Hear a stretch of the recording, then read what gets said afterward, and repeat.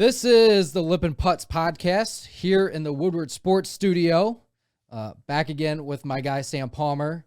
Obviously, a little bit of a name change. No more better, right? So we're sponsoring all the shows here at Woodward Sports. So yeah, the plethora of shows from the everyone's Woodward getting Sports family. Yeah, everyone's getting the plug here on Lippin Putts. If Podcast, you're ever looking for anything. We're back. We've got a ton to talk about. I mean, a lot happened. Because we recorded, I think our last recording we did on a Monday last week. So obviously we're going to talk about all the PGA Tour changes that just happened. The Tour Championship, obviously. Tour Championship. Rory and Tiger Woods' new venture that they're on together. The guys that have left for LIV Golf in Boston this week. Tiger Woods is back on a video game cover, so there's a lot to uncover this week. And a nice a nice golf outing. Yeah. So, I mean... loaded show. But we wanted to wait, obviously, just due to a lot of the news. We wanted the dust to settle. We knew Monday was going to be a big day, and due to some scheduling conflicts, wanted to get this out a little later. So. Yeah, but thinking about it now, I was like, damn it has been a minute since we've been together. Yeah, so I'm just happy to see you. Yeah, exactly. 9 days without you, Nick. Yeah. It's tough. I mean, did you get out and play any golf recently or last week? I did play a little bit last week. I don't think there's anything special worth bragging about or anything like my buddies were giving me shit for on that one. But I played golf, but I'm just happy to be back. It's fantasy football season. We're in the draft, like the week of drafts. I've had 3 of them so far. I got 2 more on Labor Day, so just looking forward to the long weekend here too. Yeah, so I know this is a golf podcast, but not to get like I feel like everybody does fantasy football, so this is very relatable. Quick story. We had a rebellion happen in my Dynasty Football League that I didn't even tell you about on our pre-show, like before we hop on and do this. There was like 7 of us defected from our So you guys Dynasty. need extra players? They might have just gotten it filled up, but okay. You guys had a coup similar to what happened on the PGA Tour. So it's funny you say that. It's like we were trying to come up with a new name for the league, and I came up with the name, the LIV Fantasy Football League. Yeah. And that's literally our league name. Like the group chat got changed to that. So we are and the best part about it, I was like, people probably there's probably tons of LIV Fantasy Football League names out there this year, but we are the only ones that actually defected from another league and started our own league. It is a full LIV. It's a full LIV production. That's phenomenal. Yeah. So I meant to bring that up. I guess it's great we brought up fantasy football because we translated it back into golf. Yeah, exactly. Well, I have to share one fantasy football story from what happened in my work league draft. Yeah, you have to. Guy has the 6th overall pick. It had been 5 running backs, so everyone knows, okay, who is the wide receivers available? Jefferson, Kupp, Jamar Chase. So he goes and he grabs Cooper Kupp's sticker, and the rule is the moment you put the sticker up, that's your pick. And he's like, no, he backs off Cooper Kupp, and he's planning on taking Jamar Chase. Well, in his mind, for some reason, he grabs Tyler Boyd. No Sticks way. up Tyler Boyd, and we're like, what the fuck did you just do? You just took Tyler Boyd with the 6th overall pick? He's like, yeah, what's wrong with that? I'm like, what are you thinking? And he's like, what do you mean? He's like one of the best wide receivers. And we're like, dude, what are you talking about? It took him like a minute to realize he meant Jamar Chase. So then we had the whole vote on everything, and we were like, no, we literally said it like 5 minutes before he did this. So the dude took Tyler Boyd. And I was like, you got to like steer into this. Everyone's going to want you to win. We looked up funny team names, and one was Avoid the Boyd. I'm like, dude, that's a perfect name. Yeah. You took this guy in the 6th overall pick. Like, you got to steer into it. That would ruin the entire fantasy. Oh, he was like, his night was ruined. He was rattled from that. I would have just proceeded to just drank a ton of alcohol. Basically just lit $50 on fire. But yeah, either way. Avoid the Boyd. What would be sad is if he ends up beating some of you guys. Well, I said, of course, I was like the one just burying him. I'm like, of course I'll lose. And Tyler Boyd will have like 2 touchdowns that week against me. That's probably exactly how it's going to happen. Oh, yeah. That's speaking into existence. Yeah, they're coming. So, fantasy football here on a golf podcast. Yeah. So, obviously, the Tour we're going to kick it off with the Tour Championship first. The hero saved the day. Yeah, Rory McIlroy could not have been scripted any better for the PGA Tour. The most outspoken individual when it comes to the LIV Golf versus PGA Tour.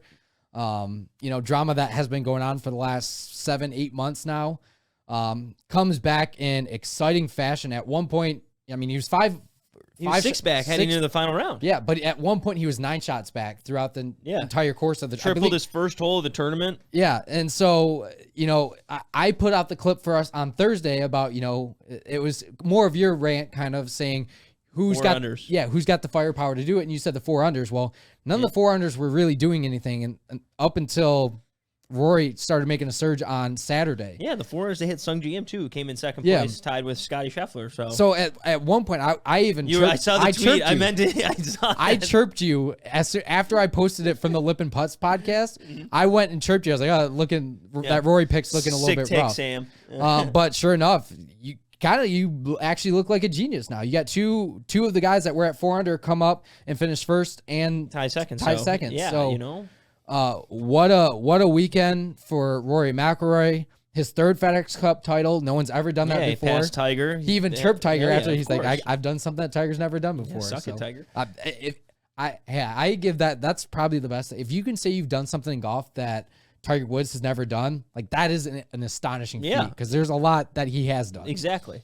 Where I want to go with, so I stand by, I think Scottie had the best year of all players on the tour. Mm-hmm. Now, granted, Rory had the lowest scoring average, but I think as it comes to someone who deserved it, and as the season has gone on and the year that they've had in golf, this is by far the best champion the PGA Tour could have wanted. Yeah. Like, if they got stuck with, Sepp Straka, no offense to him, it would have been tough. But, you got the guy who's not only, your biggest superstar, but also the guy who, as you said, he's been very outspoken and really taking on a lot of the basically the weight of this stressful time. Not a lot of other players are coming out and saying against it, but he's having to answer questions every week.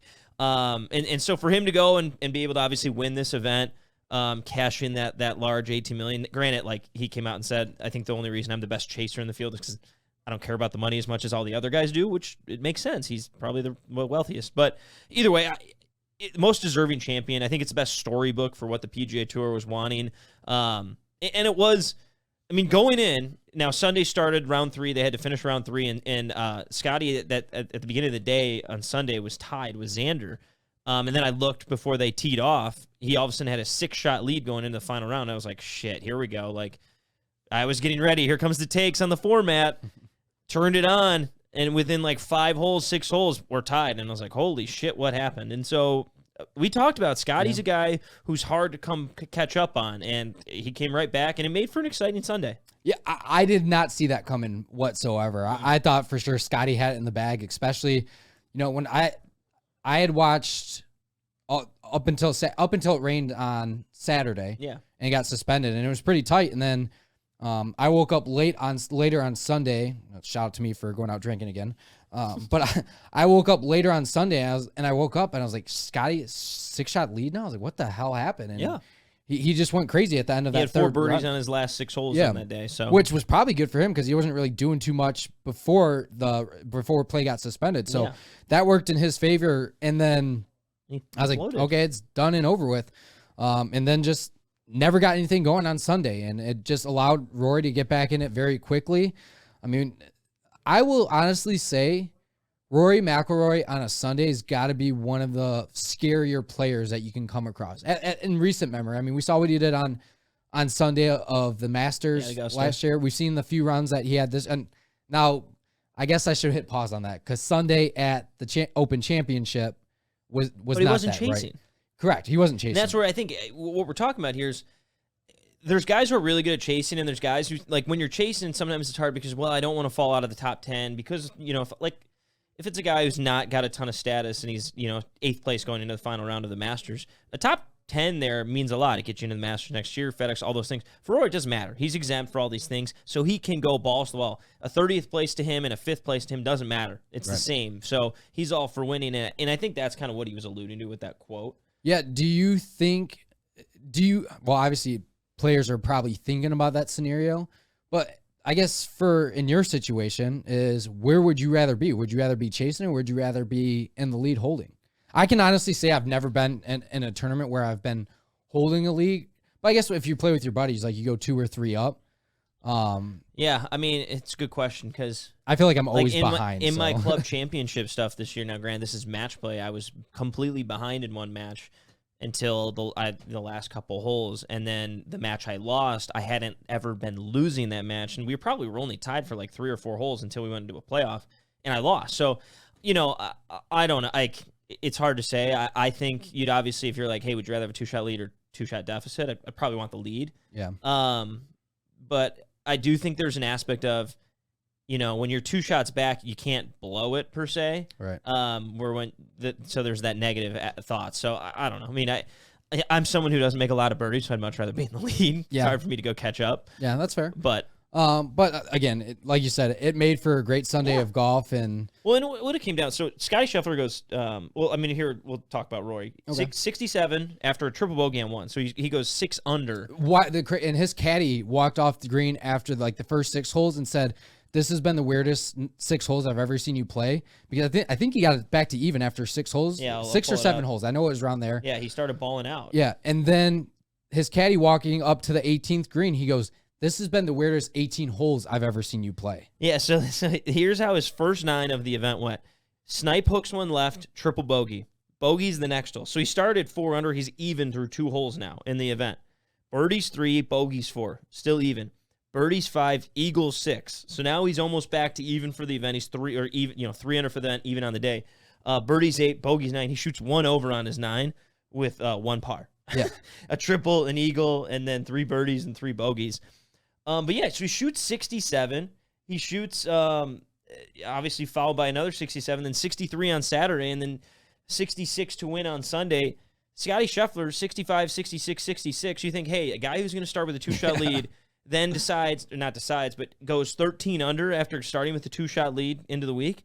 You're probably like, all right, he's going to win, and he shoots 73. He had the tie for the worst round with Scott Stallings that day, which made for good television. But yeah, something we typically don't see out of Scottie, and I don't know what changed between that 7-hole stretch he had Sunday morning and that 18, but the lead evaporated so fast for a 6-shot lead. I know he said he wasn't thinking about the money and he doesn't play for money, but I don't care who you are, dude. 18 million, that gives me 18 million thoughts in my head. Yeah. I know he said he wasn't thinking about it, but come on. You had to, after that 3rd round finished up and you're getting ready to go back out for the 4th round, you had to be thinking about it to some degree. I don't care who you are. Do I feel bad for Scottie? Yes, to some degree, but I think this validates this segment, or not this segment, but the format that's laid out, and we'll get to that in just a second. I know we're going to talk about that, but I think it validates it because it is possible for someone to come out and win. And Rory's done it twice now. It's not the first time he's done it. He's the only. So I mean, they've had the format for 4 years now, and the 2 times he's won it, it's when he started behind. Correct. And then the other 2 winners have been with the lead. So you're at a 50-50. Why don't we? I mean, we'll go through the leaderboard after. Well, let's talk about the format. Yeah. Well, I got one question for you. What did you think about Rory going up to Scottie Scheffler's parents and apologizing to him? Oh, it's just does that type of sportsmanship kill you, or do you not care as much? It's weird because does it kill me? I think it's when the media pushes more of this narrative of the class acts. Which is what another podcast says, but how these are nice guys, good guys. That's the shit I think that bothers me more than them doing it. I do get bothered if a guy's kind of in a tournament against someone toward the end and they knuckle each other when the one dude makes a bomb for birdie. That bothers me just because you're playing against each other. Yeah, my initial reaction when that happens is oh fuck. Yeah, it's not I'll tell him good shot, but I'm not gonna hey, way to go, way to beat me. Yeah, but I would say my initial thought was whatever. I don't know. I thought it was. To me, stunting on him. I thought so. It's you're apologizing for just going dummy all weekend long after starting the event with a triple bogey, and then you go walk up to not only his mom and dad, but his wife too. I was total alpha move in my opinion. Well, he is the alpha on the PGA Tour. He is the guy by far. I mean, yeah, he's got a big swinging dick right now. Yeah, and some people might argue he hasn't won a major since 2014. I mean, he had his best year strokes gained wise since 2014, which is when he obviously won a lot.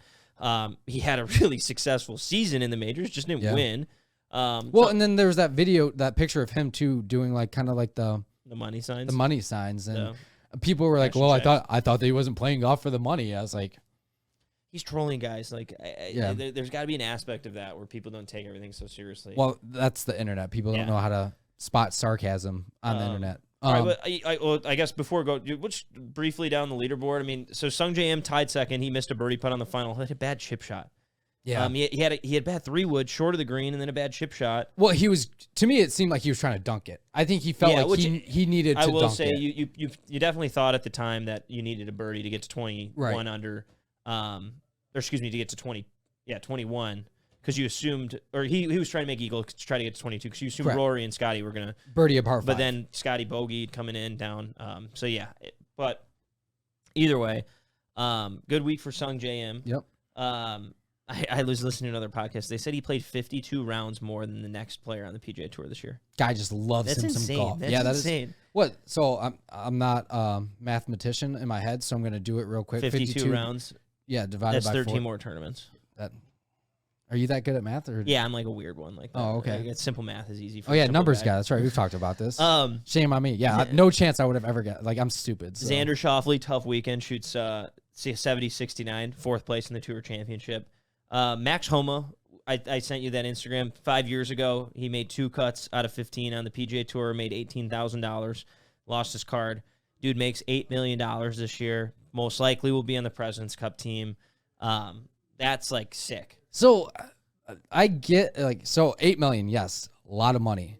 It doesn't seem like a ton. I feel like he should have made more money this year. No. Well, I think that was $8 million prior to the. Was it prior to the bonus money?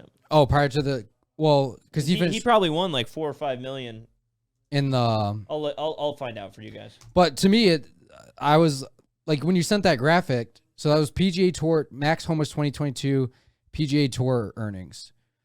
So it's over $8 million. So T5 at the. So Homa one had.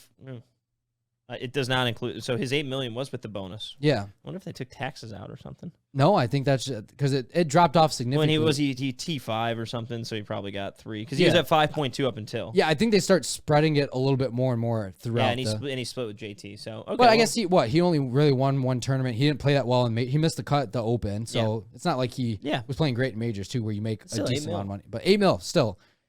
Especially where it comes from, what you said 5 years ago. So yeah, shout out Max Homa, Justin Thomas T5. But then one guy I want to talk on, like Tom Hoge.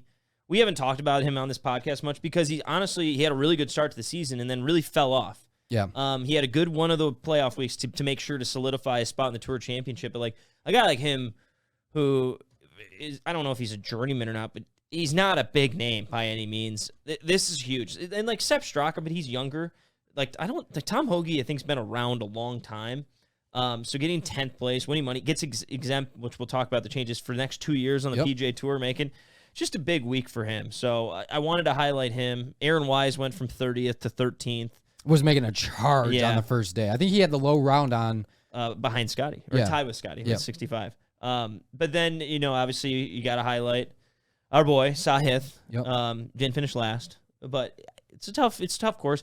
I saw when I was watching on Friday. Now, this is midway through the round on Friday.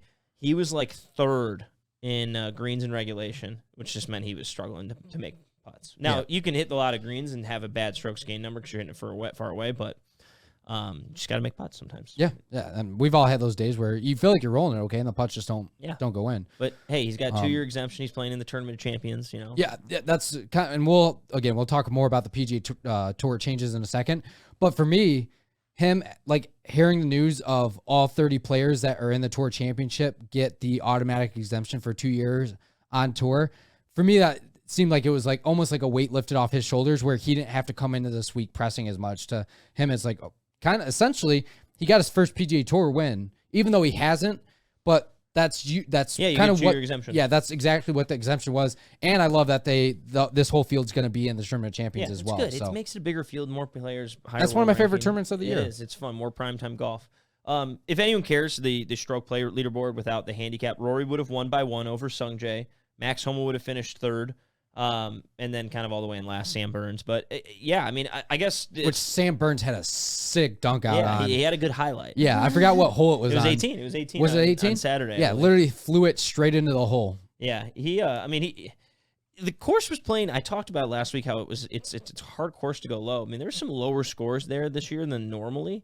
I don't know. And and there wasn't a lot of like high scores. Like there's only a handful of over par rounds, which made that Scottie 73 like, whoa, dude. Yeah, what's going on? But I guess you want to talk about the format or the course first? Let's go into the format. Okay, so You and I, we both talked about it on the podcast last week. We both like the format. Correct. Yep.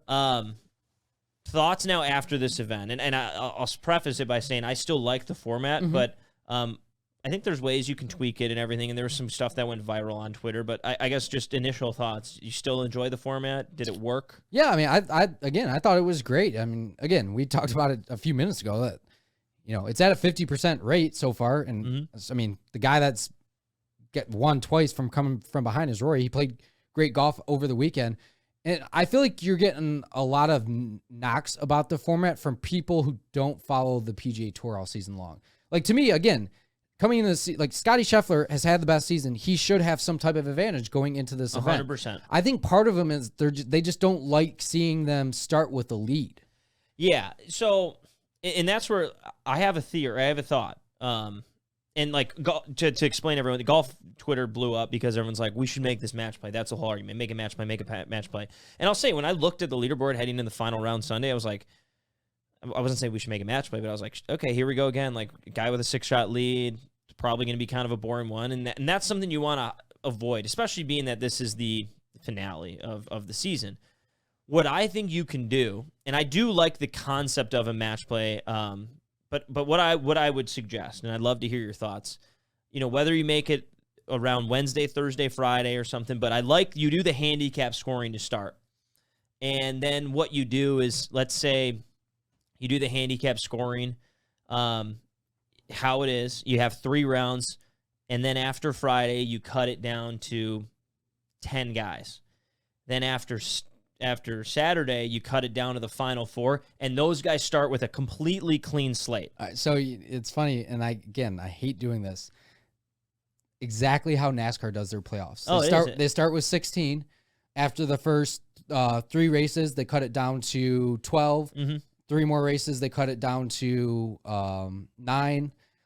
3 more, they cut it down to 6. And then then they get down. Is it just based on top finishes in it, or is there points? They kind of reset the points, but all right. So Chase Elliott essentially would be your Scottie Scheffler this season. He's going into the start of the playoffs with a lead. Yeah, which makes sense. But whoever the final 4 drivers are when they get to the final race of the season, slate is clean. Whoever finishes ahead of the other person. So that so they basically stole their idea. Then. Yeah, you did and that's without my thing. Like my thought that's actually a great idea. I don't hate that at all. My thought is I do think there should be an advantage. And in a lot of other sports, hey, once you make the playoffs, clean slate. You can be a 1 seed, you can lose to an 8 seed. Wings have done it a few different times. Where I'm looking on it is. I definitely think there should be an advantage, and barring Scottie blowing up, he should be there. And maybe you either start over Saturday. I definitely think Sunday you start with a clean slate, and you just say, hey, one round. Put them in a foursome. Yep. Great TV. Then we get to watch them and all. I mean, it could be slow, but that would be electric. You make them all up. You make it a TV spectacle. One, you kind of get this 4-round event then, the first 4 days, and then this one, it's still a stroke play event, but I just think you're going to create more drama. And if you just make it match play, you still could get a guy who wins 5 and 4. And so I want there to be drama coming down. And with 4 players in a group, I think you could have fun unless one guy obviously goes balls to the wall. Not going to lie. I love that idea. Yeah, and that's just I definitely think the tiered scoring works. And it's a good way to set it up. But I do want to make it to where Sunday. I think they got lucky this year. They got lucky. Yeah. Call it spade spade. I think they needed to somehow limit a possibility of that in the future. So. Yeah, no, I think that's, to me, I'm sitting here, I was like, I can't think of anything better. And at the same time, too, I would not hate the match play. Match play is fun. I think you'd get some big moments, like big celebrations, big fist pumps, big screaming, maybe even bigger moments. We've seen electric moments out of some of these guys in Ryder Cups and President's Cups. I think you could get some of that coming in, like the championship of golf. Yeah. Like you don't. It's a head-to-head matchup. Correct. And not to bring like private courses into it, but most private courses, when they do their big championship to be the men's club championship, like that's.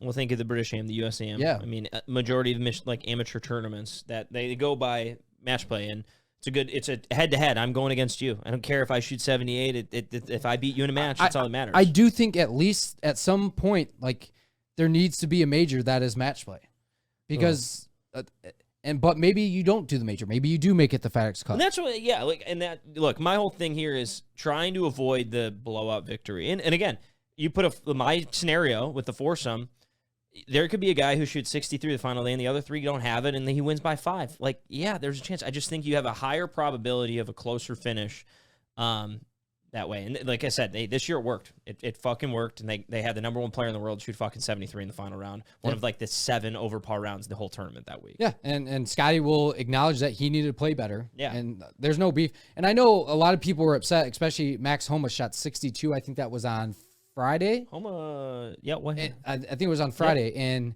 he was still 10 shots back, and people were like, see, this is why the format needs to change. Like, no, like... I mean, he also shot 71 the first round. Correct, exactly. Like, no, Max Homa needs to play, like he was beating strokes-wise, 1 on Scottie at that point. Right. It's like, okay, but Scottie also played better in the Open Championship. Yeah. He won the Masters. Whole season, he had 4 wins. So you mean, like, Scottie should be penalized for that? Like, yeah, and that's so... Yeah.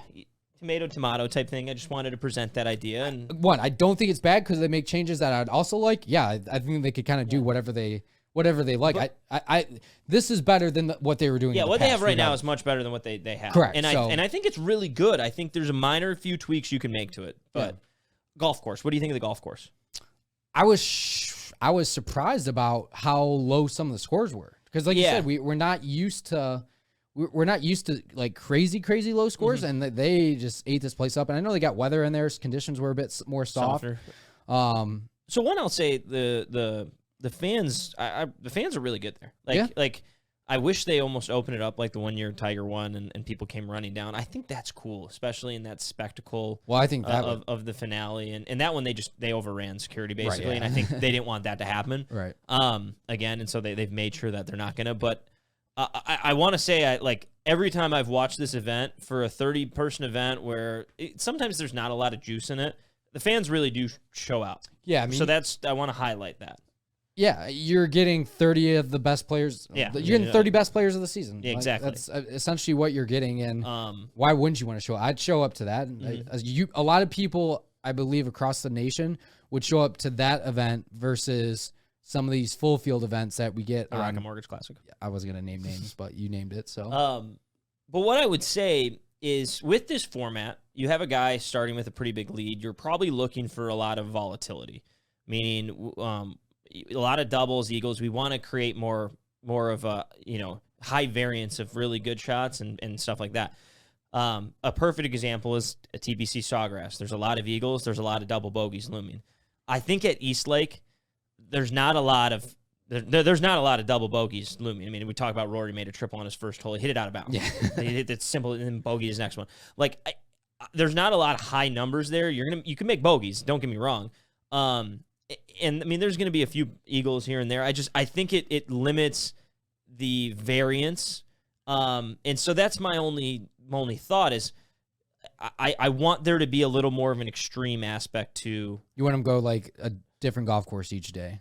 I don't even know. I'm not saying that. I just think that, like, if I miss the fairway, I'm not saying a penalty, but like at TPC Sawgrass, 18, that last hole, you hit it left, you're in the water, you're making probably double bogey. Yeah. At 16 at Sawgrass, you can make an eagle if you hit 2 really good shots. You also can make a 7 or an 8. Same with 17. Like, there's obviously, I think it's the 15th hole at Eastlake, which is kind of that island green from 220. Like, what a bear of a hole. Yeah. Don't get me wrong.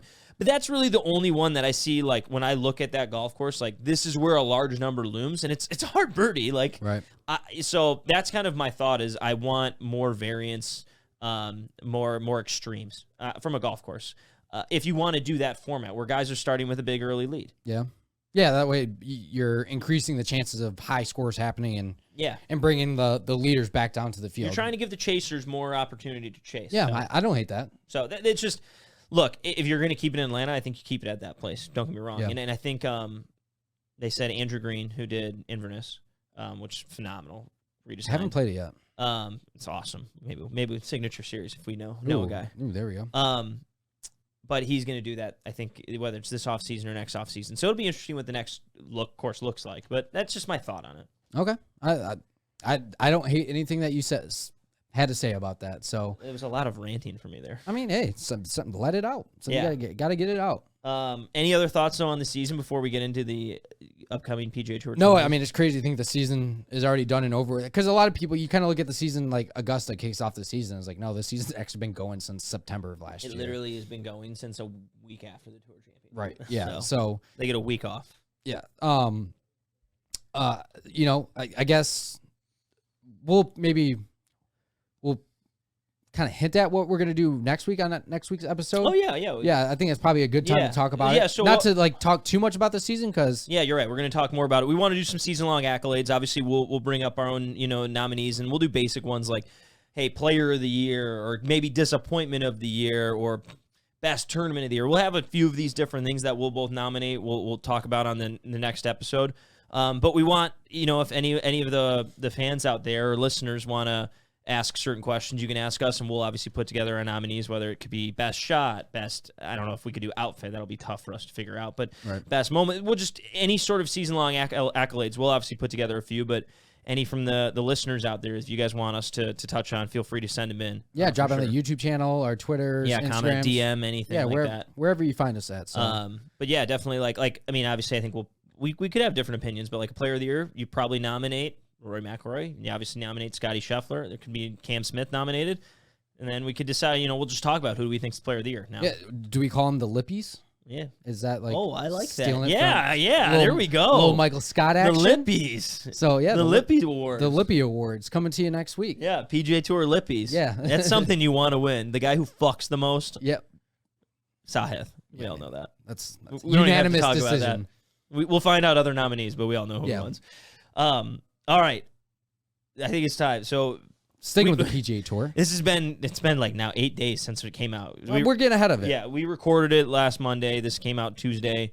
The PGA Tour announced a number of changes, adjustments to what they're doing in the next couple of years to basically combat against what LIV Golf's doing. A few things we've already talked about. Any player who qualifies for the Tour Championship, prior to, they would have only received a 1-year exemption. Now they are receiving a 2-year exemption.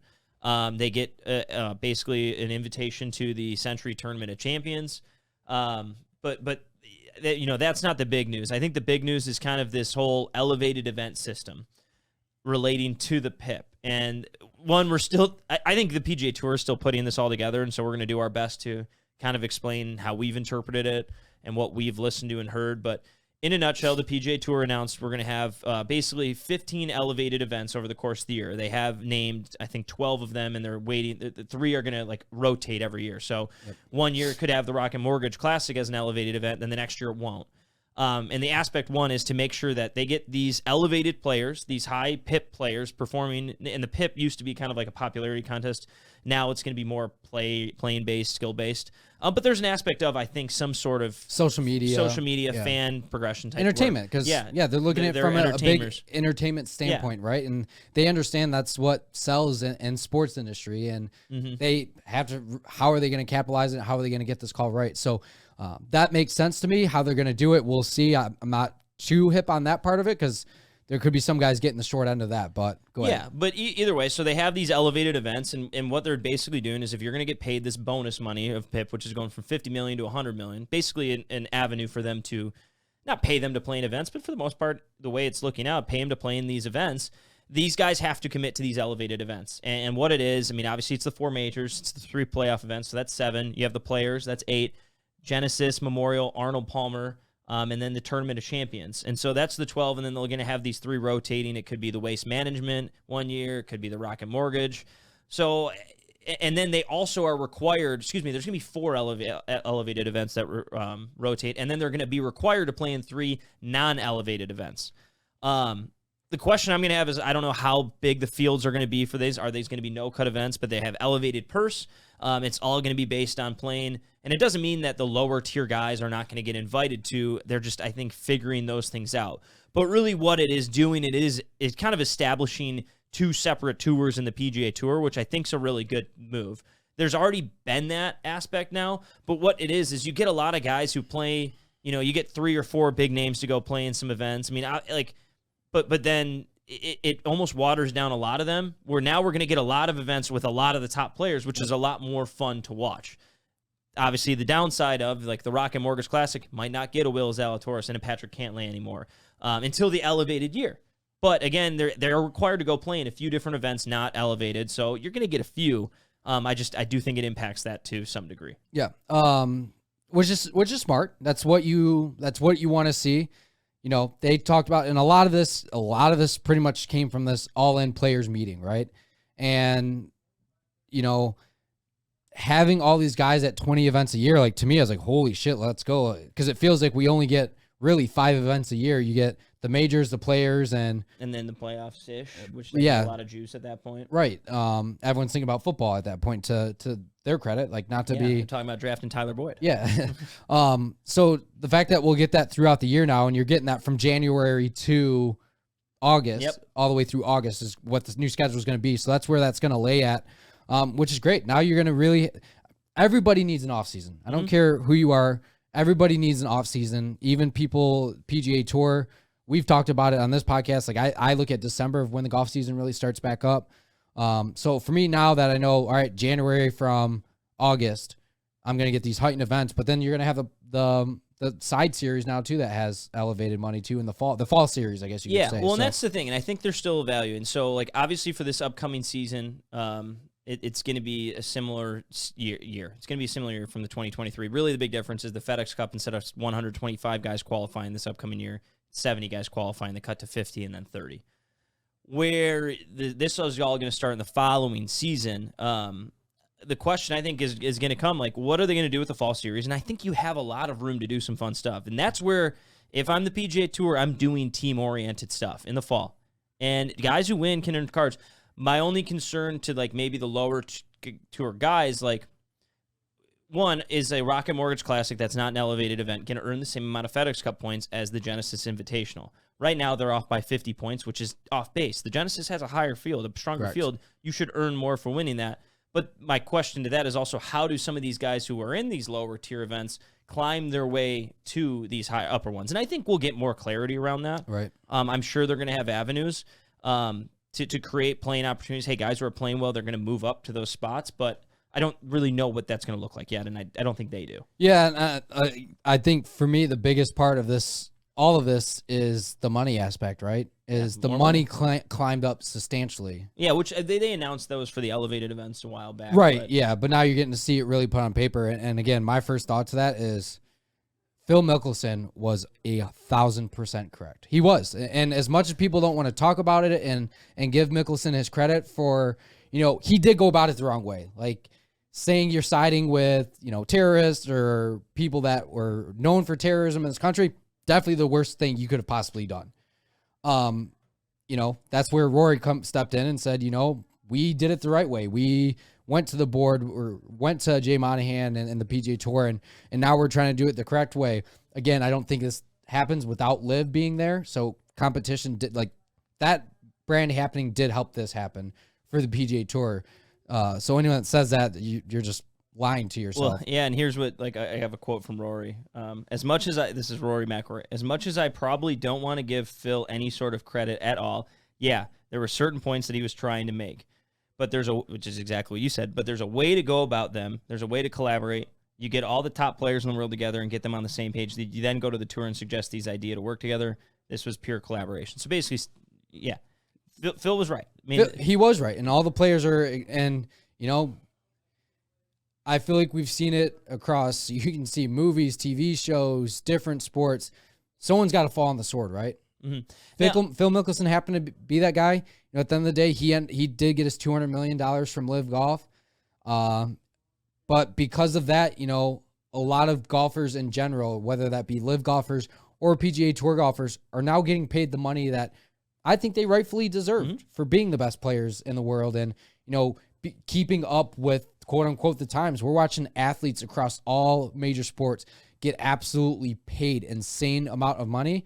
Now you can sit there and have the debate is, should they be getting paid this amount of money? Is like, okay.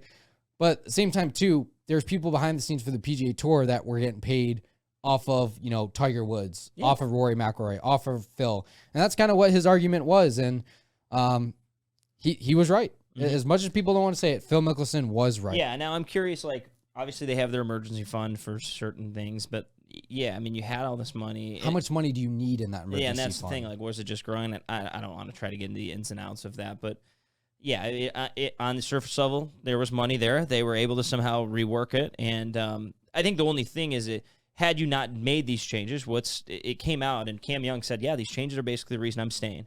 He was quoted saying, like, tough time for my career because I'm still figuring everything out, but like with these changes, I'm committing to staying here right now. And he was very open about it. He said he was about ready to go. He was very close to signing. And so the thought is, if they don't do these changes, are you going to lose more and more players? And then is the PGA Tour going to cease to exist? So to some degree, it's like, hey, we have to put all this money in because if we don't, we're fucked. Yeah, but so that could be the thought too. And my thoughts on that as well too is this is only going to drive revenue and everything for the PGA Tour. Is okay, now you're getting what 15, 20 of heightened events where the best, like quote unquote, the best players in the world, because the LIV supporters out there will say that, well, they're not the best players because the LIV guys are there too. But to that aspect of it, that's going to drive TV ratings. That's going to drive ad revenue. It's only going to add value to their product, which again creates more money, and they're going to be just fine to begin with. So, good for the game. Good for the PGA Tour. I mean, as a fan, I'm like, hell yeah, let's fucking do this thing. Oh, 100%. I mean, how could you not be excited about that? 100%. So yeah, I don't know if there's too much more to really touch on with it, other than I think it's a work in progress. I think one of the interesting things about the additions too is the life membership policy. 20 wins, you're a lifetime member. Yeah, 20 wins on the PGA Tour. You're on the tour for life, which that gives Justin Thomas and Rory McIlroy climbed right into that category. So those guys never have to worry about losing a PGA Tour card ever again. Which I think is cool. I think to say if a guy wins a certain amount of times, like he should be, which then you kind of look at it as like, okay, Dustin Johnson would have been a guy, lifetime membership. He's banned for life, though. Yeah. Life. And Jay Monahan was asked about that in the press conference when all these changes were being announced as, all right, if guys do want to come back, what's your stance on that? And he said they're still banned. Tucked to oblivion. Yeah, he said they're still banned. Yeah. So I guarantee you, though, if let's say Dustin Johnson did want to come back to the PGA Tour and it was out there and known, especially by his peers like a Rory, like a Tiger Woods, they would figure out a way to get him back on tour. Certain so guys. I would not be surprised if you see. I want to know someone's going to do it, right? Someone's going to jump back from LIV. Mm-hmm. It's maybe not happen this year, maybe not next year, but at some point, one of these younger guys that have gone are going to want to come back. James Pyatt. Well, he never left the PGA Tour because he was never on it. Right. One other thing they did add, they did do a $500,000 stipend for new guys on the tour. Basically meaning, hey, they'll obviously up until they earn $500,000, they're going to get that money at the beginning of the year to pay for travel and all those things. Yep. Once they earn $500,000, they'll start actually getting more money past that, just to draw. It's a similar thing. And then for guys who qualify for the tournament and miss the cut, so Monday qualifiers and stuff, they're at least going to get like a $5,000 travel and expense stipend, which is phenomenal. Yeah, I mean, that's especially the guys who are out there grinding on Monday qualifiers and stuff. Man. Yeah, that's a new part of it, right? That didn't get talked about enough is what it's done for the guys trying to make a living, and some of these guys that have caddies with them that you've heard horror stories about 3 guys sleeping on a floor together and the Latin America tour or anything like that. Yeah, I mean, this is the PGA Tour. These guys deserve it. And, like, it is. I mean, if you qualify for your Monday qualify into an event and then you miss the cut, you still don't get anything. Right.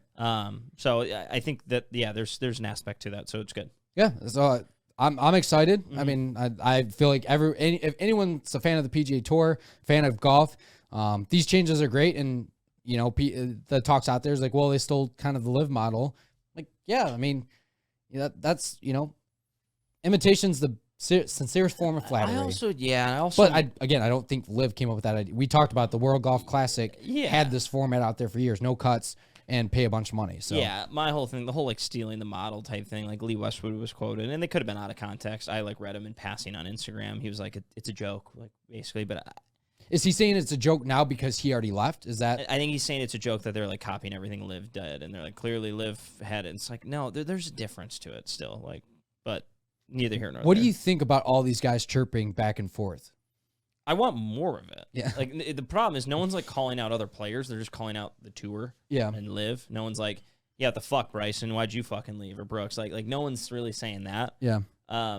Which is fine. I mean, they're not getting it. They're the Class Acts. It's a Class Act tour. Gentleman's game. Yeah. God. I will say, I want chaos. I'm an agent of it. I did see my favorite tweet out there. I think Dylan Dethier. I know what you're talking about. He had one. He's like, at this point, just get rid of the President's Cup and let's do a PGA Tour versus LIV Golf. We've been saying that for 3 months. I was like, oh my god. I was like, let's push the narrative. The PGA Tour would never do that. Oh, but dude, just think about how great it would be. I know. I mean, they like the ad revenue, but then you'd have to talk. The money. Well, they're doing business with Saudi. Blah blah blah. They're referencing this as a real tour. I mean, that would be made for TV special. Which, for the record, I mean, the PGA Tour could block these guys from doing it, but like, if the LIV wants to set it up, or TNT want like how they set up the match, like, there could be an external person who could set it up, and I don't know if the PGA Tour is going to be able to block guys to playing in it. But some of the PGA Tour guys are probably going to be like, no, we're not going to give this any more time of day than it needs. Yeah, that would be sick. We need a big investor. Yes, not Saudi. But either way, I guess we've obviously been touching on LIV, and we'll get to the Tiger Rory stuff I think later. But D-Day has been upon us. There's been rumors of these 7 players that were going to be leaving. 6 have confirmed for Boston. There's another name that's basically been reported, but he's not playing this week, so we don't really know what his status is. But just to go down the line, I mean, Cam Smith was expected and Mark Leishman were expected. Those 2, not surprised. Adam Scott was also rumored, but he's not in the 7. The other 5 who are going, or the other 4 who are playing in Boston, along with those 2, Joaquin Niemann, who we'll talk about the mole here in a second. Yes. Joaquin Niemann, Harold Varner III, which has been rumored for a while. He won the Saudi International. He was rumored since he won that event. He was going to be one of the first ones, and I actually heard on No Lane Up today, they said something like MJ called him because he's sponsored by Jordan. Yeah. And was like, dude, you can't do this. You can't do this. And I mean, he wasn't trying to say you can't. He was just saying, like, there's more things that work. And basically backed out, and then LIV offered him even more. I think they might have doubled his offer. And so, like, you saw his post. He was like, look, it's financial breakthrough. I can help my foundations, all these other things. And it was too hard to pass up. I will say, forthcoming. Harold Varner had the best response, even though, like, people were probably going to say, like, he tried to play the pity story for himself. He came out, he goes, I'm a guy from very humble beginnings, and now I can set up future Varners down the line to, never have to worry about coming from essentially where I did, which I thought was good because, not to get too sidetracked, I came from humble beginnings as well too. So I get that. I sympathized with it. I thought it was very well explained, and he was very honest. He goes, I'm not a person that likes to be hated. I don't like when people talk bad about me. He goes, I understand that's going to happen. And it did. ESPN even just put out a thing, said he's even a bit more shocked at the backlash that he's received. Oh, is he still getting it? Yeah. Okay. You're going to, man. Like regardless of the statement or the sob story that you put out there, people don't care. I want to know what he got. I'm just curious. I mean, golf is a white man's game. Not saying it's that. It's just that's how it is perceived. And he's a black guy. Like, let's call a spade. I mean, he's an African American playing in this game. He's one of the minority guys on the tour. I think it's a big loss for the PGA Tour to lose him, and I think he probably got a pretty good deal. But where I also liked his thing, I mean, he's the only one who's actually referenced, like, all the other ones have been like half-baked. I want to do other things, and this is going to give me the avenue. He was like, no, this is going to help my foundations. I'm going to be able to put more money into these things that are going to help, people who come from a background like myself. So, yeah, like, look, is there going to be there's going to be backlash for anyone doing it, but I do think as everyone's gone about it, he had the best statement. I did. I think Cam Smith came out and said kind of the money was the ring, but I want to be more home in Australia too. But which as somebody that lives in America, I don't know what that's international. like. We can't relate. Yeah, I don't know what that's like living overseas. And we don't know the perception of the Saudis there. Right. And again, with Varner, he explained it literally the best you could possibly say. Now, whether people want to sympathize it with, whether people want to say, okay, I respect that. Which a lot of I went and actually looked at the comments, and a lot of players actually Sahith commented. Our guy. A bunch of other players too commented and said, like, sad to see you go. Colton Oates did the crying emoji, and you have to. He's a really likable guy on tour. He is, and people have their reasons, and whether people that want to throw out the personal attacks, look. I haven't lived the life that you have. You haven't lived the life that I have. Yeah, we can't relate to what other people have gone through and been. Exactly. And, I respect his decision. At the end of the day, I respect it. Whether people like the idea of where that money comes from, he's looking out for himself, which is fine. Like, why is that a bad thing? I don't get it. I mean, a guy who, look, I don't know. People are so quick to judge that persona, but either way, and want to reach out and call him this name and say how bad of a person he is. Like, look, not a very long life we all get to live, so you have to make decisions that you think are going to be best for you, your family's future. And I just appreciate his honesty. Yeah, and he said it was a lot of money. He couldn't turn it down. Like, and my whole thing is like, so he's a bad guy because he took money from this regime. But look about like what are the good things he's doing and what are the good things he can do with the money. And so I don't know. The people are criticizing. I don't know who's criticizing. It's usually people on Twitter and stuff. And I don't know. Todd in his mom's basement. Yeah, he's 45 years old. And I can make the assumption that like, what the fuck are you doing for the betterment of golf for the world? And I'm not saying this is going to better the game of golf or anything. He didn't say that. He just said he's going to be able to help certain things, certain people who come from a background like himself. So, look, I just appreciate his forthcomingness. All right, so we got sidetracked. So Cam Smith, Mark Leishman, Harold Varner, they're playing in Boston this week. The other three playing in Boston, these are some of the big names. So Joaquin Niemann, who we mentioned, the mole, which we'll talk on in a sec. I want to talk on the other two. We definitely, we need to talk on that. The big get that they got, Cam Tringale, Ooh. The richest player to not ever win on the PGA Tour. He's made the most money to not win. And look, still probably getting paid. If I'm him, totally get why you're doing this. Totally get. I don't know what kind of deal he got. Totally makes sense. The PGA Tour, like, cool, see ya, sayonara. Like, guys, like, I can't win. I can't win anyway, so I might as well continue getting paid. All right, cool. I'll go play in 54 hole events and maybe win. It would be funny if he goes and wins this week in Boston. That would be like comical. Well, just because he was leading the Genesis Open and then lost. Yeah, he was leading a few. And then not the Genesis, the Scottish Open. Excuse me. And then Anirban Lahiri, who. Look, he was like kind of okay for a few years, fell off, and he's had a little bit of a career renaissance, but like, guy's an older player. He hasn't had a ton of success. From a LIV perspective, he's one of the only professional golfers from India. So it's a huge get for them. And I'm not like, I don't know the relationship India has with Saudi, so I can't criticize that. And I think it makes sense. But from a person who watches the PGA Tour a lot, it's not going to change. Oh, I can't. That's a tough name to see go. Like, yeah, I mean, Cam Smith's obviously the biggest. Yeah, right? I mean, they got the first. The funny thing, they did get first and second place in the Players Championship, which is the PGA Tour's like flagship event. Right. So, that's the funny thing. But yeah, no, I the big one though we talked about. So Leishman, Smith, Varner, Tringale, not Neiman, Lahiri, and then Niemann is the sixth name that is confirmed to play in the Boston event. He was in that player meeting. Which, by the way, so we put the clip out about the mole. We thought Cam Young was the mole. We thought Cam Young might have been the mole, right? And people were like, he's the inside guy. People were like, wow, that's kind of crazy to talk about. Were we getting ripped apart for that? A few people made comments, but at the end of the day, we were right. Look, all it is like anything that was spoken in the meeting. Now, I don't know what was said and if there's anything bad, but LIV has it now. Yeah. I mean, like, it was Niemann going in there trying to be malicious? Probably not, but, like, they're going to ask him what it was said, and he's going to pass it along. I don't know. Whatever. I feel like a lot of what they got talked about anyways is what came forth in the changes to begin with. But, I mean, he's 15th ranked player in the world. Cam Smith, number 2 ranked. I mean, those are two big names. Yeah. And then the seventh guy who's rumored, but he's not playing in Boston. I don't know if he's going to wait till after the President's Cup or not. That's Mito Pereira. So, 7 names. Not as big names as I thought. I mean, I had Justin Rose, Jason Day, Danny Berger.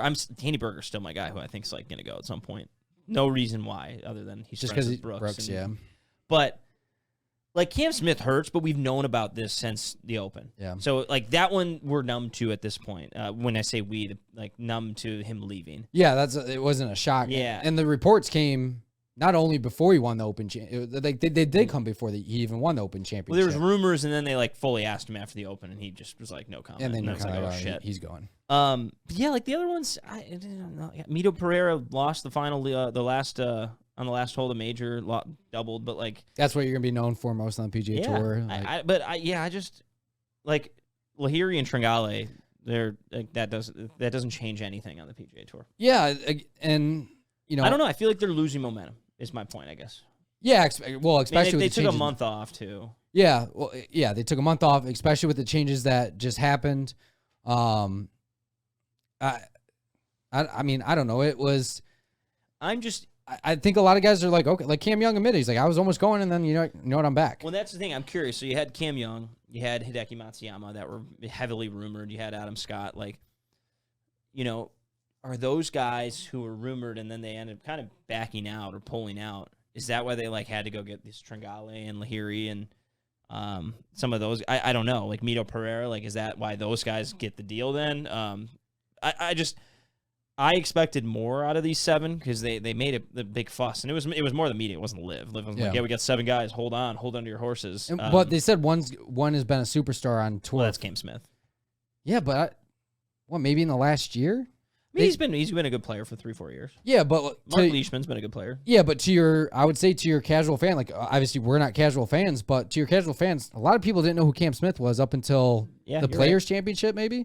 Yeah, basically. So, I mean, them hyping up saying it's a guy that's been on tour for a long. That's why we thought maybe it was a Jason Day, maybe it was an Adam Scott. But I mean, again, we knew Cam Smith was going.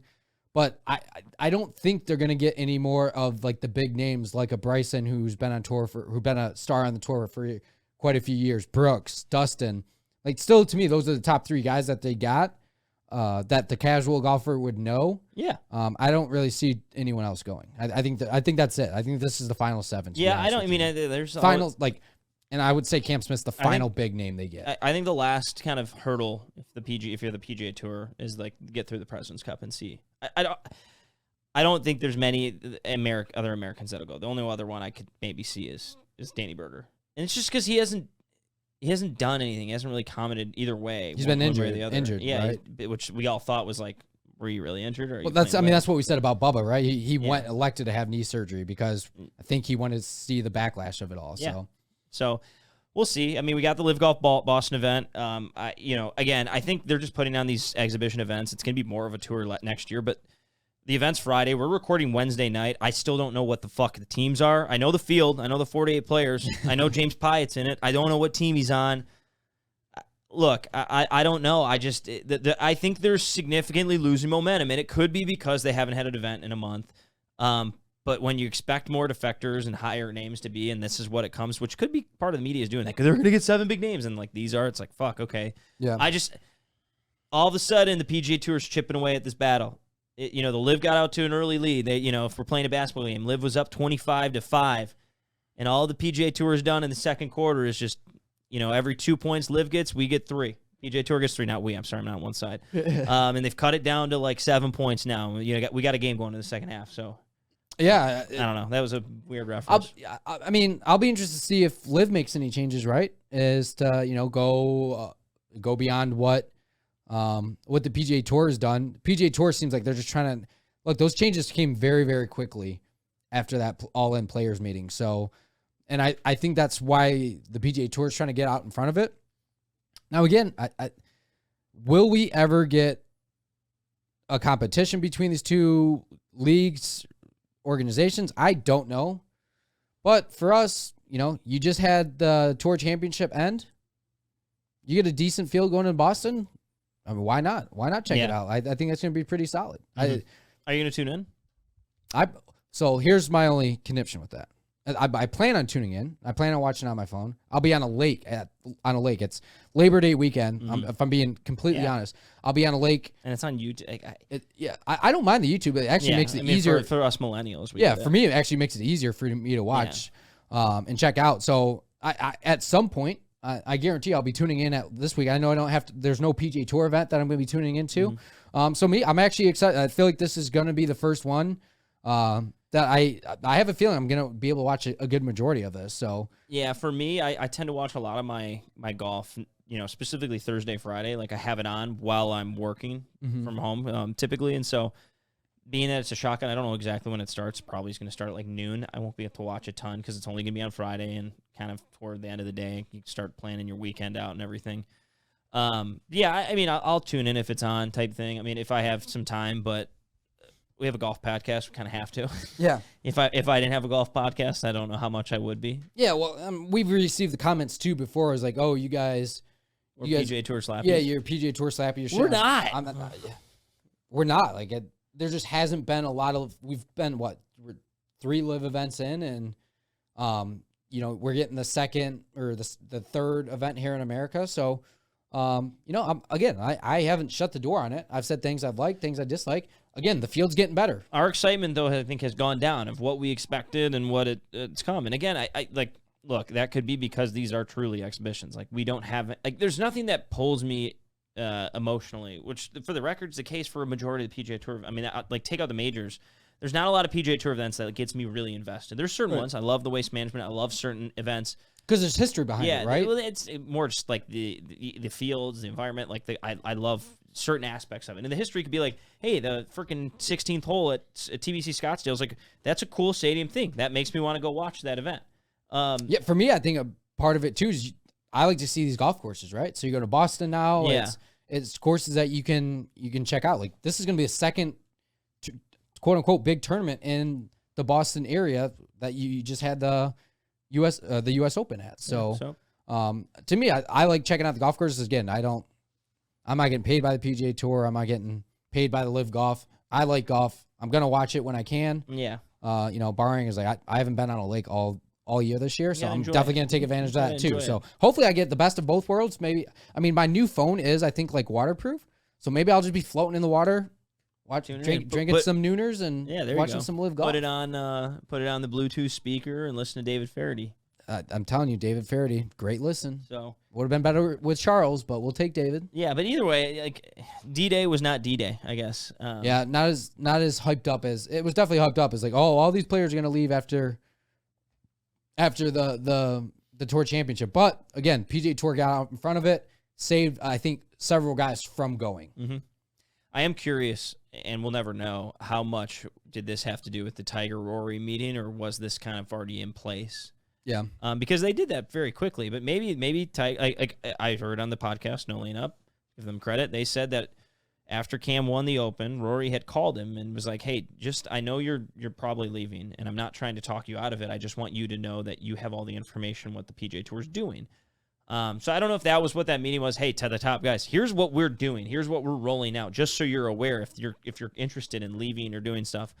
I don't know. Or was it like Tiger and Rory went, hey, this is what we want to fucking do, and they were able to spin it up in a day and a half? I don't know. I'm just curious. Or a week, basically. So yeah, and I think sometimes too, it's like, leaving a job for another one is you've pushed people to the point to go look for another job and potentially join another organization. And some people get that set mentally, and they want to make that change and make that leap. And maybe if these changes come sooner, maybe Cam Smith might have stayed, but maybe he already had his mind made up. And again, he talked about spending time in Australia. Yeah. It's different. It's different for everybody. So exactly.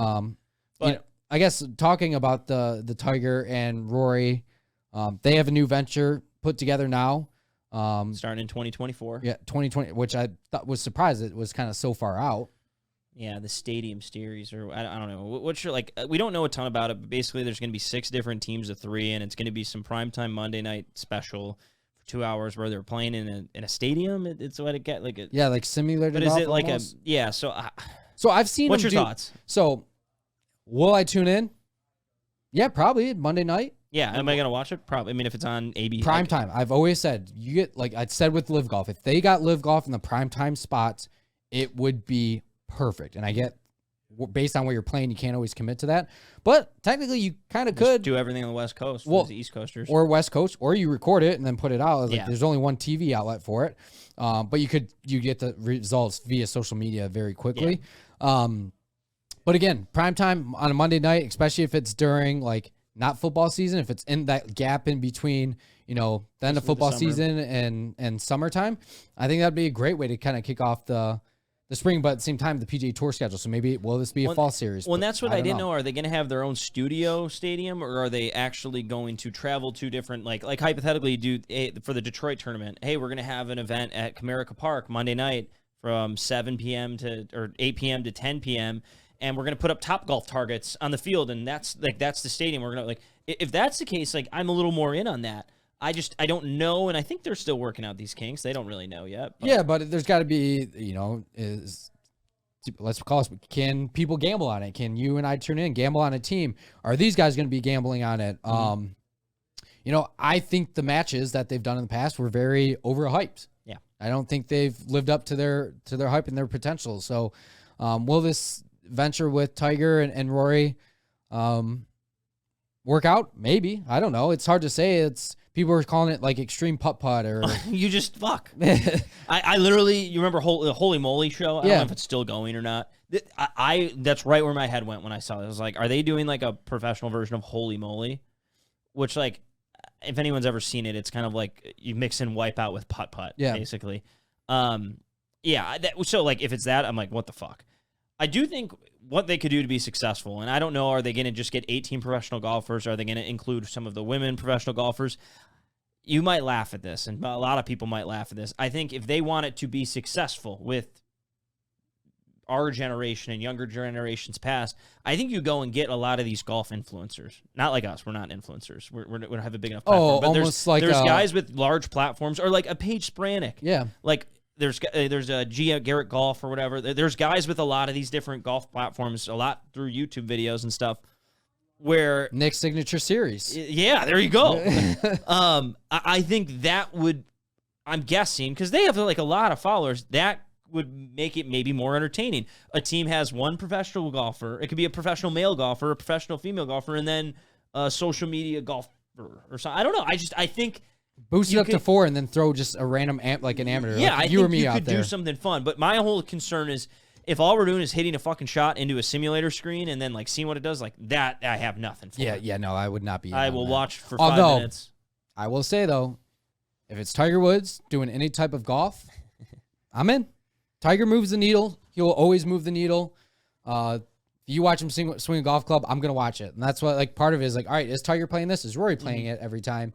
Are they just there kind of commentating? Are they captains? Like, how, again, 2024, long ways away. A lot of time. It'll be here before you know it. A lot of exciting stuff in golf, though. Yeah. But I'll be interested to see what this joint partnership is going to turn into, because I don't think this is just it. No, there'll be tons more coming. I think there's things you can do. So, and speaking of Tiger, some big news. Yeah, Tiger Woods back on the cover of 2K23. Well, not back. It's the first time on 2K23. Well, that's true. So he was on back on a video game cover. Back on a video game cover. Switching from EA Sports to 2K Studios, baby. Well, which is crazy because EA Sports is coming out with a game. EA Sports is back with the golf. They've been for like 3 years. I don't think it'll ever come out. Yeah, well, yeah. But so now people were kind of having the argument is like, what would you rather do? Would you rather play a game with Tiger Woods where they don't have any of the quote unquote major championships? But I think Augusta's going to be in 2K23 if I'm not mistaken. Well, it's like the games that have it, there's 2 renditions, and then they obviously came out with 2K22 with JT. There's 2 renditions before, and you can create courses. You can use like computer software to create it too. Yeah. And so there's like different names for the Augusta National on this one. But it's not called Augusta National due to licensing. But yeah, I don't know if this game will actually have the playable, because they have 20 courses that are PGA Tour courses. I don't know if they'll have that, but apparently the EA Sports are gonna have like the USGA, the RNA, and all those things associated. Yeah, so you kind of pick your poison. I will say the best video game ever made was Tiger Woods 2012 Masters Edition. Of course, I'm pretty sure I played with Tiger Woods at Augusta National like 10 million times. And it was great. over. You could do like a play now in a final round, so you could like say, do I want to set myself 6 shots back? Do I want to be in the lead? Like, I loved that game. Yeah, I loved it, and so I'm hoping they do something like that, but. The last game, you couldn't have any playable characters. There was just like guys you'd have rivalries against, and you could see them. You're actually able to play with these guys this game, right? Yeah, which is going to be fun. The trailer to it was electric. Yeah. They had Return of the Mac. I love that song as a throwback song. And then that one had a bunch of golf influencers. They had like Nate Shot in there. Yeah, and then it had some celebrities too. Shooter McGavin, The Miz. Yeah, Yeah. I was like, I hope every single one of those people that were in that commercial are going to be in the video game. Yeah, I mean that'd be cool. I mean, here's the thing. I haven't bought I don't mean to cut you off, but I haven't bought a golf video game since I think the golf club. So you've never had so that golf club had turned into 2K. Yeah. Did you know? You knew that, right? Correct. Yes. Yeah, okay, got it. So the 2019 the golf club was the last one I bought, and Yeah. the one before that was the Tiger Woods EA Sports one. The only reason I bought the golf club one is because I found out Walnut Creek Country Club, where I used to work at and where you remember at, was on there. Yeah. So I was like, but they used. I mean, they did it, but it's cool. Yeah. But that's So there's ways to do it.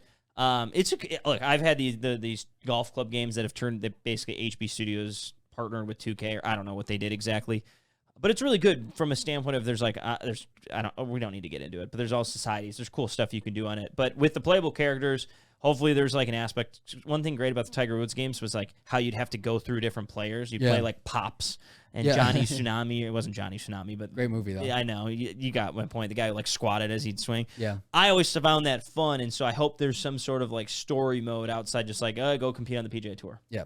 But it's a video game. It comes out mid-October. We'll figure it out. But like I said, I'm going to get it. Anything with Tiger Woods on it, I'm in. Count me in. So he moves the needle. I went and looked up that trailer to make sure I watched it. I was like, all right. And he was sitting on, and the crazy part is like he was sitting on this throne of golf clubs that looked like a Game of Thrones. Yeah, totally. I was like, okay, I see what you guys are doing here, and I appreciate it. Yeah, no, it was phenomenal. So great content out of 2K. Yeah, we got a month and a half out until then. So if you want to go get 2K22, you can start working in the kinks and everything. It's a tough game. Yeah, just give me the 2K23. Yeah, I would say no reason to get it now. But yeah. I guess the only other really news in golf, David Lingmurth wins the Korn Ferry Finals event at Ohio State. Anyone who doesn't really know about this guy, he won the Memorial. I think it was like 7 years ago or something. And he was in the running. He was playing good. He almost won again this year, right? Wasn't that the Memorial? He's been like somewhat competitive in some events, but for the most part, he kind of like fell off. He like came out, was really good for like 2 years. And by really good, I'd say him like a name, kind of like a Cam Young, where he was competitive, but he didn't win a ton. And then he won the Memorial, which is like, okay, that's a big event for a guy who's never won. He's a short dude, doesn't hit the ball far. But he won this event at Ohio State, and it's funny. So he earns his card now. His PGA Tour card. He was in the Korn Ferry Finals, basically. The only reason he got in the Korn Ferry Finals was because guys went to LIV. Like, he wouldn't have qualified for them had that happened. So then he goes and makes the most of his opportunity. So he wins that. I mean, he's a lot of the guys who have qualified right now. I mean, so they have one more event, but 8 guys have officially like earned a card. They can't lose it based on that. And Justin Lauer, who's the guy who missed that putt, he's 9th. So he's the guy who's the one guy. I mean, it'd have to be like so many things would have to go wrong for him to not make it. Yeah.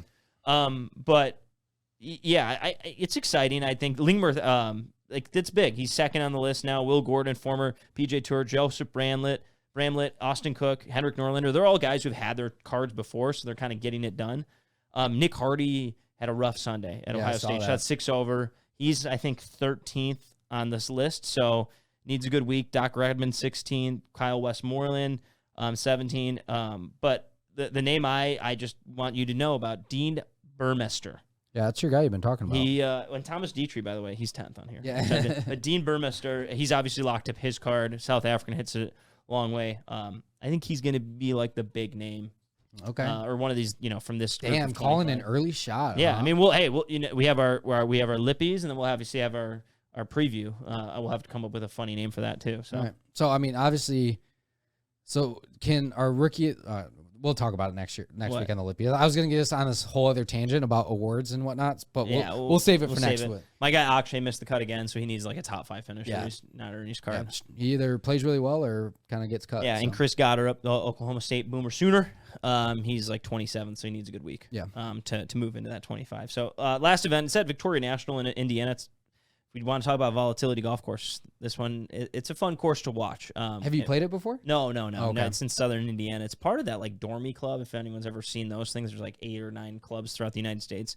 But it is, it's a cool it's a cool course to look through to watch on TV. Just different in my opinion on East Lake. It's harder to watch on TV. It might be a really good golf course on site, but on TV it doesn't show out as much. This one's fun to watch. So yeah, if you have time. Korn Ferry Finals, Korn Ferry Championship this week. Got that and LIV Golf this weekend. Yeah. If you're looking for some golf action. Exactly. If you're not playing, True. I mean, that is Labor Day. But Labor Day, a lot of people are going to be playing golf. Birdie Bogey of the weeks. All right, I'm going to let you kick this one off this week. So I'm kicking it off. You're kicking it off. I got to go with my Birdie of the week, which was happened Monday. Okay. I was able to jump in this celebrity outing, filled in for someone who was sick. Shout out to my mother who invited me along. Big shout out, actually. It was always great spending time with her. But it was basically a four-person scramble at Detroit Golf Club. They used both 18s. First time I ever get to play the South Course, which is par 68. I've never actually played the North Course either, so first time ever playing that course.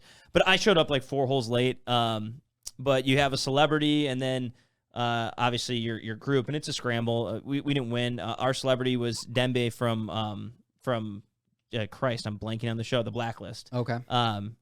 Isham Tawfiq, really nice guy, ton of fun.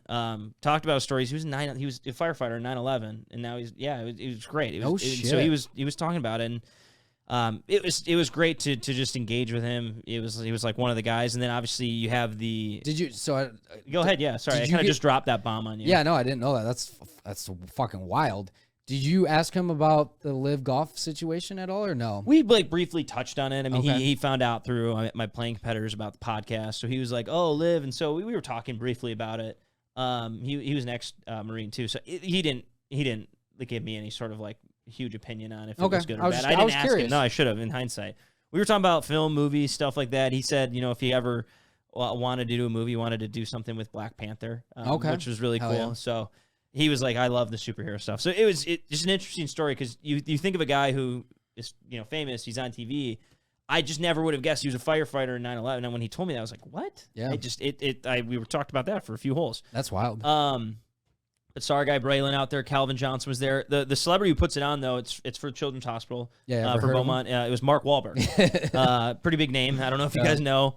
Loves the Detroit area. He does. He filmed the Transformers here. But he brought some of his entourage with him. Kevin Dillon, who plays Johnny Drama, and Jerry Ferreira, who plays Turtle. Well, I heard the real Johnny Drama was out there as well. Oh, too. The whole Wahlberg family was out there too. But I was able to go and chat a little bit with Kevin Dillon, and I asked him about his calves. Anyone who's actually seen the show Entourage, it's really funny. I'm not going to explain what happens. You just have to get it. But what he did, he looked at me. He flexed his calf, which looked like a freaking apple was in it. And he goes, those aren't fake either. Or those aren't implants either, like from the show. And I'm like, fuck, man, that is phenomenal. But really nice guy. It was a really cool event. And, I mean, a lot of celebrities, like I said, Calvin Johnson, Braylon were there. Some of the other local, like there's some, not current Pistons, but more kind of Pistons from past years on it. Some famous artists. It was just really cool, and it was a good event. Jeremy Roenick was on the list. Yeah, I think Braylon had the best response. He came in here on Tuesday for his show, and he came in after. He goes, I know I played in the NFL for 9 years. I know I had a good college career. He goes, but the people that were out there yesterday, he's like, that was some A-list type shit. Yeah, no, I mean it was like. No, nothing against. Like there were some big names. It was crazy. I mean, again, you get Mark Wahlberg to put it on. Yeah, I think they had $1 million donated to charity before they even teed off. Oh yeah. Well, and as I'm starting to leave, the auction starts. First off, being at an auction is a lot of fun because you get the who do you got 2,500, 20, it's a 3. Well, the starting bid for a lot of these things were $5,000. Yeah, I mean, I heard some of the stuff out there was starting at like 60 oh, yeah, grand. I'm sure, probably. I probably left before those things. And so it was a cool event. I mean, it was ritzy and everything, and then the storm rolled in and kind of ruined it, I guess. But yeah, either way, it was interesting, and it was an awesome event. And like, look, like we put a lot of these celebrities on pedestals, and the guy Isham who I played with was such a salt of the earth guy. I really enjoyed just talking to him the whole time. So it was fun. I was glad I got invited. And felt like I had to touch on it. So. Yeah, I feel like when you get back in those, like when you get around famous people like that, even like Braylon now, you tighten your butt. Well, I do. Yeah. Well, and then I didn't have the chance to meet Mark Wahlberg years ago, but my brother did when he came and played Plum Hollow. But at the end of the day, like they're just people like you and I. Yeah. Like it's hard to think like that, but like when you get around them, you're like, oh my God, like I've seen you in everything, and you know everything about their life, and they have no idea who you are. Exactly. But look, some of them could be not engaged, and he was very engaged, and he was asking us me about a lot of different things. He had just had a back surgery. I had one 6 years ago, so we were talking on that. His was a little more comprehensive than mine or complex. But it was an awesome event put on. So awesome. All right, what do you get for your bogey of the week? Can you go? I don't even know. I've been on cloud 9 still talking about this. All right, I bet Johnny Drama. I didn't meet Turtle, maybe. Yeah, Turtle was out there. Yeah. My sister loves her some Turtle. Oh yeah, he's a shorter guy. Yeah, I think one of the best scenes from Entourage is when they were playing golf with Tom Brady and Kevin Dillon snaps Tom Brady's club. Well, that's what happened. I got a text from my mom, and it was pictures of him, and I'm like, you need to ask him if his driver's off the rack. Yeah. Oh, is this custom? Mine's off the rack. And then I told her to ask him about his calves, and she didn't see him until then I got out there and I did. So yeah, it was funny. That's awesome. Yeah. All right. I guess my birdie of the week is, fantasy football and just being back. Like I'm in a couple leagues, but the league that I want to win the most is with a bunch of buddies from high school. And again, we don't have to dwell on this because we already talked about it in the open the show. But I like my team. I like where I'm at, and I had a great time on Saturday night. Had some cold beverages and enjoyed that. Came back and was just in the football spirit. So turned on the Manti Te'o documentary. What a crazy story! Crazy story that is in itself. Yeah, watch it if you have. I guess my birdie of the week is football being back. Mm-hmm. Ever since I got out of the golf business last year, I love football more. Yeah, just because I can sit down on Saturdays and Sundays and actually watch it now. So, did you gamble on anything this past weekend? I did. I gambled on. Did you bet on Nebraska or Northwestern? I bet Northwestern. Yeah, baby, there we go. Plus 13.5. Suck it, Connor. So, part of my takes to the best thing is like, don't ever bet against a guy named Fitzgerald in Ireland. That's a good point. That's actually a great point. So, Scott Frost and you know Scott Frost. So, onside kick when you're up 11 points and you just dumb. Yeah, dumb. So dumb. And he's like, hey, that's on me. No fucking shit.